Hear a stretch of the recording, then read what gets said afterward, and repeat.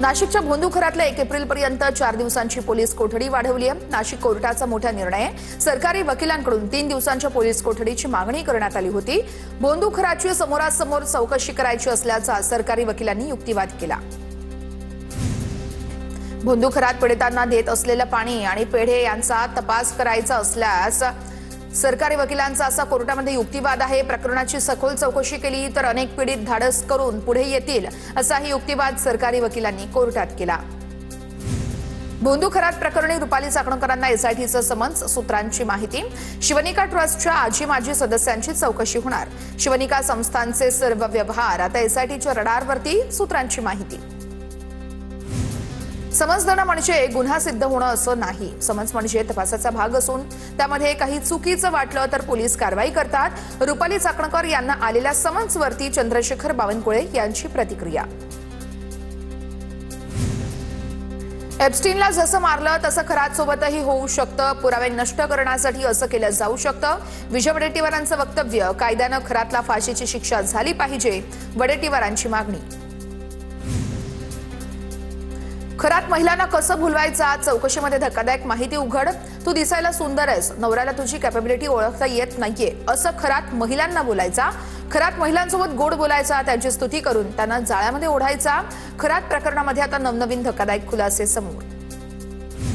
अशोक खरातच्या आर्थिक व्यवहाराची आता ईडीकडून चौकशी होण्याची शक्यता आहे। सावकारी आणि हवालामार्फत देश विदेशामध्ये शेकडो कोटींची हेराफेरी, व्यावसायिक आणि नेत्यांचा काळा पैसा खरात व्याजानं देत असल्याचा संशय। खरातच्या ओकस कार्यालयाची एसआयटीकडून पुन्हा तपासणीमध्ये खरातच्या कार्यालयातील उच्च दर्जाच्या काचा पाहून पोलीसही थक्क। खरातच्या केबिनसह कार्यालयाची प्रत्येक काच अतिगडद काळ्या रंगाची होती। दीपक केसरकर अशोक खरातचे सर्वात मोठी हस्तक आहेत। अनेक मंत्र्यांना आणि आमदारांना केसरकर यांनी खरातकडे नेलंय। एकनाथ शिंदेंना खरातकडे घेऊन जाणारं हेच केसरकर आहेत। संजय राऊत यांची दीपक केसरकरांवर टीका। उद्धव ठाकरे मिलिंद नार्वेकर यांनाही आरोपी करायचं का?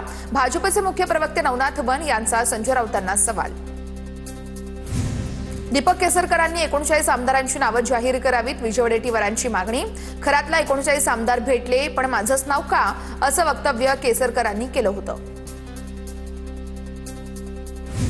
उपमुख्यमंत्री सुनेत्र पवार यांचं नेतृत्व स्वीकारून दोन्ही राष्ट्रवादी एकत्र येत असतील तर आनंदच आहे। आमदार सुनील शेळकेंची प्रतिक्रिया, तर अजितदादांचे उत्तराधिकारी म्हणून सुनेत्र पवारांना पक्षाच्या राष्ट्रीय अध्यक्ष म्हणून सन्मान मिळायला हवा, शेळकेंचं वक्तव्य।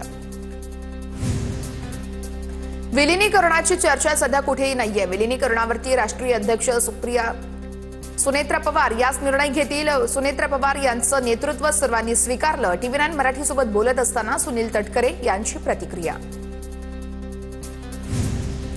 रायगडच्या इंदापूरमध्ये राष्ट्रवादीच्या बॅनरवरून सुनेत्र पवारांचा फोटो गायब। राष्ट्रवादीच्या राष्ट्रीय अध्यक्षांचाच फोटो बॅनरवर नसल्यानं चर्चांना उधाण। राष्ट्रवादीच्या नवनिर्वाचित लोकप्रतिनिधींच्या सत्कार समारंभाच्या वेळेचा हा संपूर्ण प्रकार।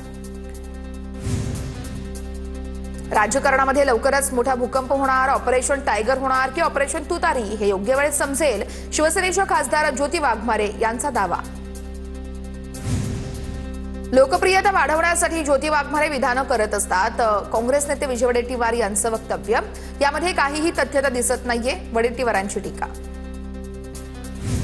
महापालिका निवडणुका संपताच ठाकरेंच्या सेनेला झटका। ठाकरेंच्या सेनेचे शहर प्रमुख प्रकाश तेलगोटेंचा भाजपात प्रवेश।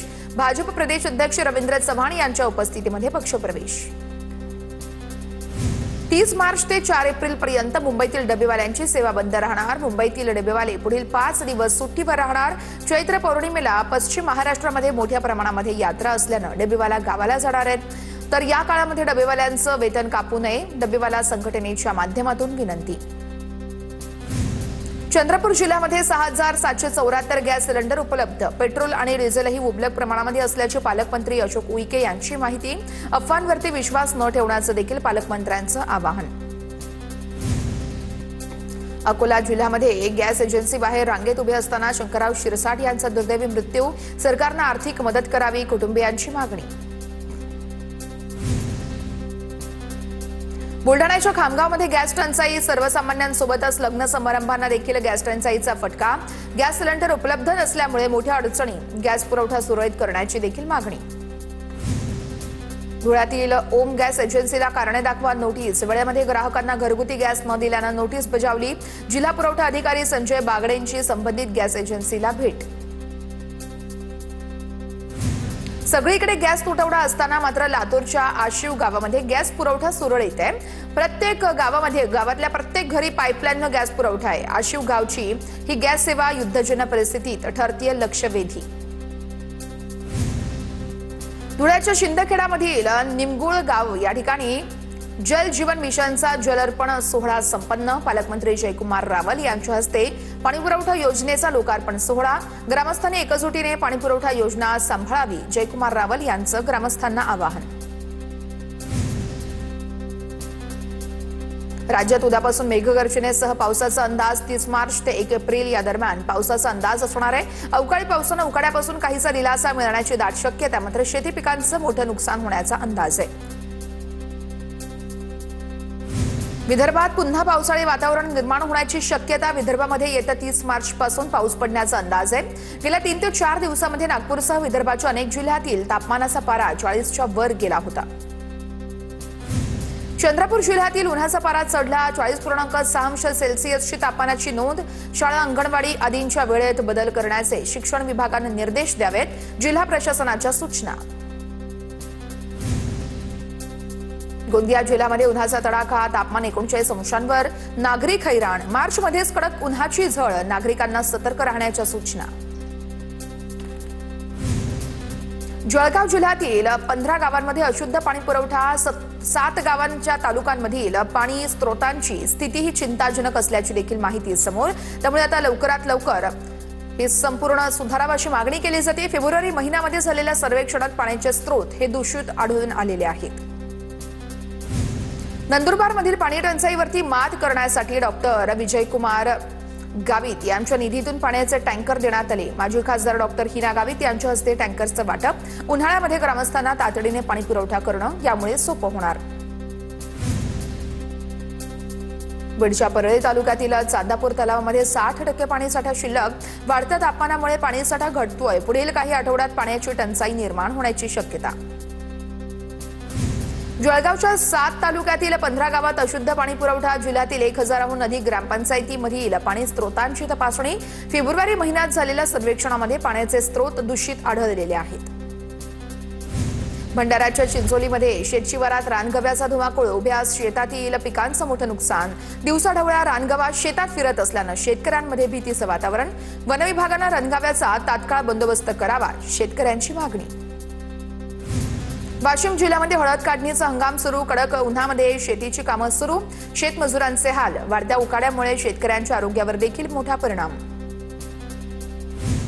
हिंगोली कृषी उत्पन्न बाजार समितीमध्ये 5 एप्रिलपर्यंत हळद लिलाव प्रक्रिया बंद राहणार। कृषी उत्पन्न बाजार समिती प्रशासनाचा निर्णय।